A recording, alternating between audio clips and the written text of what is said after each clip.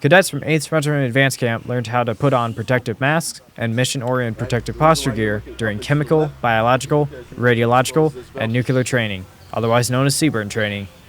For the mask, just make sure it's ready, the straps are all forward and your tops are already tightened, and you just have to find the bottom ones and go for it, and then quickly just do it and have it prepared, have it in your case the right way, and you're good to go. So we had 9 seconds to put just a mask on, and then 8 minutes to put the whole suit on. And then we got our bodies all ready, we dunked our arms in some water, and we went through the gas chamber. The cadets secured their protective masks one more time before heading into the confidence chamber, where they'll be exposed to tear gas. The chamber is a part of CBRN training to teach the cadets to trust in their protective gear.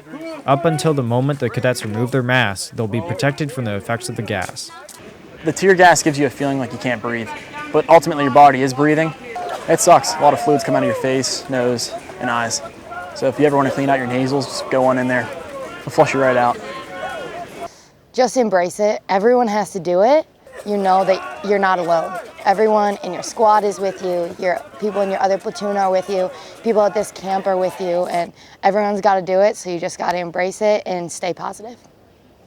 Reporting for the CSD Public Affairs Office, this is Kyle Crawford.